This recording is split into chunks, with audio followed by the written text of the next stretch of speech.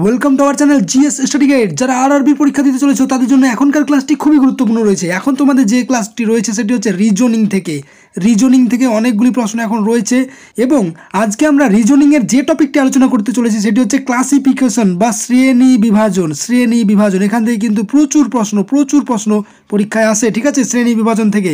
এবং আজকে যতগুলো প্রশ্ন আমরা নিয়ে এসেছি সব প্রশ্নগুলোই দেখো কোনো না কোনো পরীক্ষাতে, আরআরবির কোনো না কোনো পরীক্ষায় কিন্তু অবশ্যই এসেছে। সেজন্য পুরো ক্লাসটিকে ভালো করে মনোযোগ সহকারে দেখো। চলো প্রথম প্রশ্নটি দেখে নাও কি রয়েছে। দেখো আজকের রিজনিংয়ের ক্লাসটি রয়েছে ক্লাসিফিকেশন থেকে এবং তোমাদেরকে এখানে বেমানান শব্দটি খুঁজে বার করতে বলেছে। এই যে 1 নম্বর প্রশ্ন রয়েছে, এর মধ্যে 4টি অপশন দেওয়া রয়েছে ABCD, এর মধ্যে কোনটি বেমানান সেটি খুঁজে বার করতে বলা হয়েছে। অপশন এ রয়েছে গাঢ়, option B Khasi, option C Kangra, option D Jaintia. প্রশ্নটি কিন্তু পড়েছিল অ্যাসিস্ট্যান্ট লোকো পাইলট 2013 সালে। এর মধ্যে কোনটি বেমানান? দেখো গাঢ়, খাসি এবং জয়ন্তিয়া এই তিনটি কিন্তু মেঘালয় রাজ্যের অন্তর্গত, কিন্তু কাংড়া অপশন সি যেটি রয়েছে কাংড়া, এই কাংড়া কিন্তু মেঘালয় রাজ্যের অন্তর্গত নয়, ঠিক আছে, এটি কিন্তু হিমাচল প্রদেশের অন্তর্গত। কোথাকার?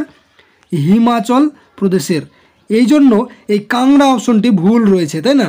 2 নম্বর প্রশ্নটি দেখে নাও কি রয়েছে, কোনটি বেমানান সেটি বার করতে বলেছে। এটিও পড়েছে অ্যাসিস্ট্যান্ট লোকো পাইলট 2013 সালে। ত্রিভুজ, অপশন এ রয়েছে ত্রিভুজ, অপশন বি স্পর্শক, অপশন সি বর্গক্ষেত্র, অপশন ডি রম্বস। দেখো ত্রিভুজ, বর্গক্ষেত্র, রম্বস এই তিনটি কিন্তু একাধিক বাহু বিশিষ্ট, তাই না। ত্রিভুজের 3টি বাহু, তারপরে বর্গক্ষেত্রের 4টি সমান বাহু, রম্বসের কিন্তু 4টি বাহু, ঠিক আছে।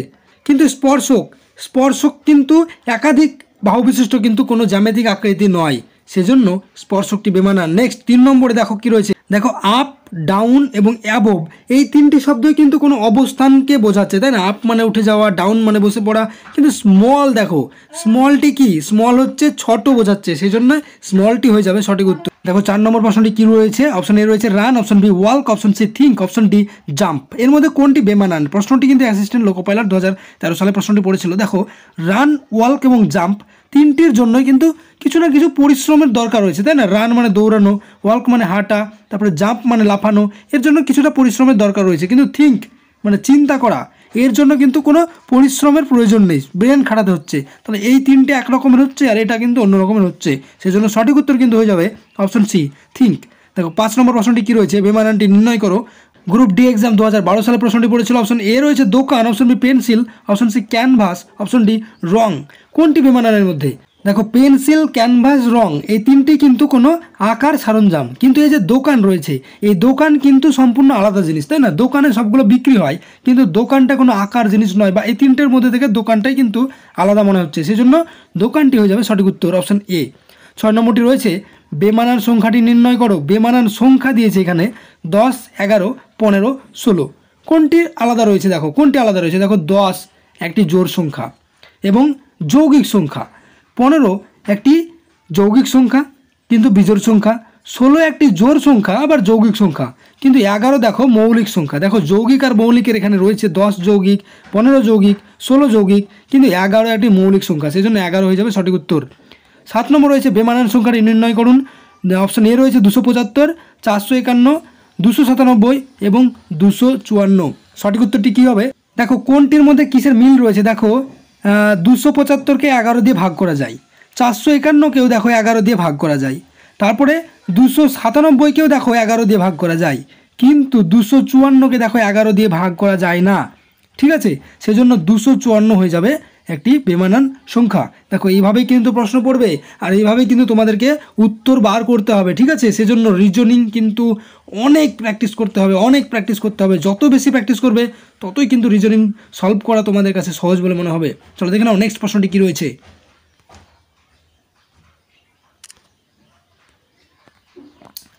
8 নম্বর প্রশ্নটি রয়েছে বেমানানটি নির্বাচন করুন।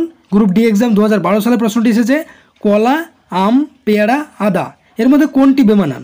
দেখো কলা দেখে বোঝা যাচ্ছে, দেখো কলা, আম এবং পেয়ারা তিনটি কিন্তু ফল, ঠিক আছে, কিন্তু আদা তো ফল নয়, আদা মাটির তলায় থাকে এবং এটি কি একটি কাণ্ড, আদা কিন্তু কোনো ফলই নয়, এটি কাণ্ড, সেজন্য বেমানানটি হচ্ছে আদা। তারপরে 9 নম্বর রয়েছে বেমানানটি নির্বাচন করুন। কর্ষণ, বয়ন, চাষ, শস্য। গ্রুপ ডি এক্সাম 2012 সালে আসা প্রশ্ন এটিও। দেখো কর্ষণ রয়েছে, কর্ষণ মানে জমি চাষ করাকেই কর্ষণ বলা হয়, ঠিক আছে। বয়ন রয়েছে, বয়ন মানে বোনা, কোনো জিনিসকে যখন বোনা, যেমন তাঁত যেমন বোনে ওটাকে বয়ন বলা হয়। চাষ, চাষ মানে সেই জমি চাষ করাই, এবং শস্য ছাঁটাই, শস্য ছাঁটাইটি মানে কি শস্যকে মারাই হয় যখন, সেটাকে শস্য ছাঁটাই বলা হয়। তার মানে কর্ষণ, তারপরে চাষ এবং শস্য ছাঁটাই তিনটি কিন্তু কৃষির সঙ্গে জড়িত, কিন্তু বয়ন কিন্তু কৃষির সঙ্গে জড়িত নয়, বয়ন কিন্তু শিল্পের সঙ্গে জড়িত, সেই জন্য বয়ন হয়ে যাবে সঠিক উত্তর, অপশন বি হয়ে যাবে সঠিক উত্তর। পরেরটি রয়েছে দেখো 49, 63, 77, 81, কি রয়েছে বা কোনটি বেমানান রয়েছে দেখো।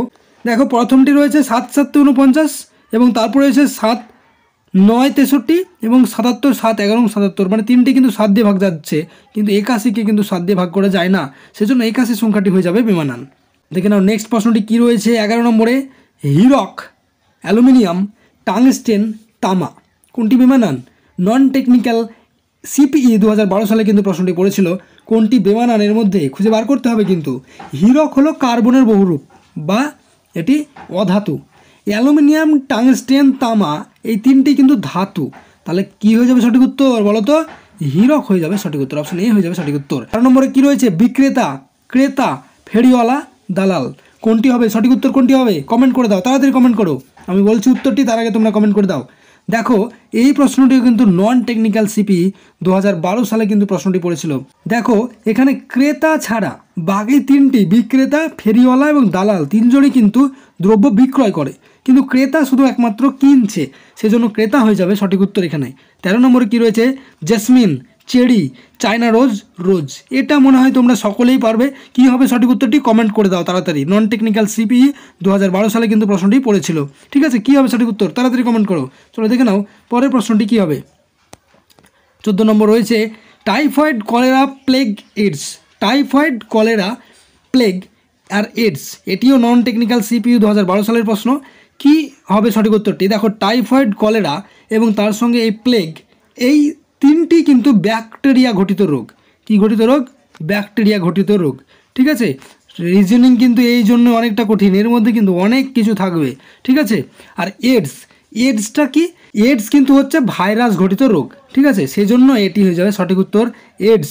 তারপর রয়েছে 15 নম্বরে, কুমোর, তাঁতি, বয়নশিল্পী, ইঞ্জিনিয়ার এর মধ্যে কোনটি বেমানান রয়েছে? দেখো কুমোর হতে গেলে, তাঁতি হতে গেলে, বয়নশিল্পী হতে গেলে কোনো কিন্তু প্রথাগত শিক্ষায় শিক্ষিত হতে হয় না, কিন্তু ইঞ্জিনিয়ারিংকে অবশ্যই প্রথাগত শিক্ষায় শিক্ষিত হওয়ার পরেই কিন্তু সেই ইঞ্জিনিয়ারিং হতে পারে, সেজন্য অবশ্যই অপশন ডি হয়ে যাবে সঠিক উত্তর। নেক্সট প্রশ্নটি দেখো কি রয়েছে। দেখো নেক্সট প্রশ্নটি রয়েছে 16 নম্বরে, বুধ, চাঁদ, বৃহস্পতি, শনি এর মধ্যে কোনটি বেমানান? গ্রুপ ডি এক্সাম 2012 সালের প্রশ্ন কিন্তু, বুধ, চাঁদ, বৃহস্পতি আর শনি এর মধ্যে বেমানান তো অবশ্যই তোমরা সকলেই করতে পারবে আশা করছি, চাঁদ হয়ে যাবে সঠিক উত্তর, বাকি সবগুলি কিন্তু গ্রহ। 17 নম্বর প্রশ্ন কী রয়েছে দেখো, 135, 123, 123, 111, 111, 100, 188 নন টেকনিক্যাল সিপিই 2012 সালের প্রশ্ন, দেখো কী হবে সঠিক উত্তর। দেখো 135 থেকে 123 যদি বিয়োগ করা যায় তাহলে কিন্তু 12 পাওয়া যায়, 123 থেকে 111 বিয়োগ করলেও 12 পাচ্ছ, আর 111 থেকে 100 বিয়োগ করলে 11 পাচ্ছ, আর 100 থেকে 88 বিয়োগ করলে 12 পাচ্ছ, তাহলে বুঝতেই পারছো সঠিক উত্তর কোনটি হবে। অবশ্যই অপশান সি হয়ে যাবে সঠিক উত্তর, 111 আর 100 এটি হয়ে যাবে সঠিক উত্তর। 18 নম্বরে কী রয়েছে, 147, 579, 135, 257 এর মধ্যে কোনটি বেমানান? গ্রুপ ডি এক্সাম 2012 সালের প্রশ্ন, কী হবে সঠিক উত্তর? দেখো 147 এটা কীভাবে করবে, দেখো নাম্বারের যখন প্রশ্ন থাকবে তখন অবশ্যই যোগ করে, বিয়োগ করে, গুণ করে, ভাগ করে কিন্তু করতে হবে, ঠিক আছে, এইভাবেই কিন্তু করতে পারবে নামতা বলে, বা ধরো কোনোটার সাথে কোনোটা গুণ করে, বা মৌলিক সংখ্যা কি নয়, বা যৌগিক সংখ্যা কি না, বা জোড় সংখ্যা কি, বিজোড় সংখ্যা কি, এইভাবে কিন্তু করতে হবে, ঠিক আছে।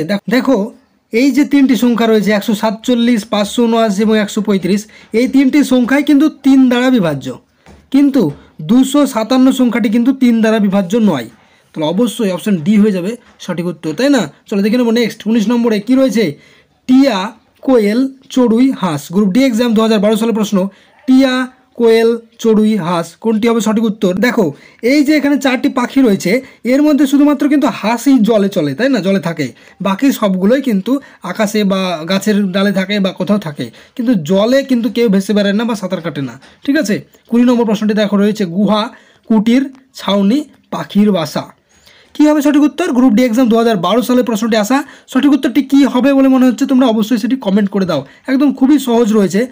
তো এই ছিল আমাদের আজকের ক্লাস। তোমাদের যদি ক্লাসটি ভালো লাগে, আমরা প্রত্যেক দিন কিন্তু এই টাইমে রিজনিংয়ের একটি করে ক্লাস দেবো। তোমাদের যদি ক্লাসটি ভালো লাগে অবশ্যই লাইক কমেন্ট করো এবং অবশ্যই চ্যানেলটিকে এখনও যদি সাবস্ক্রাইব করে না থাকো সাবস্ক্রাইব করে রাখো। এখনকার মতো ধন্যবাদ। পরবর্তী ক্লাসে আবার দেখা হচ্ছে 3টের ক্লাসে। চলো, গুড বাই।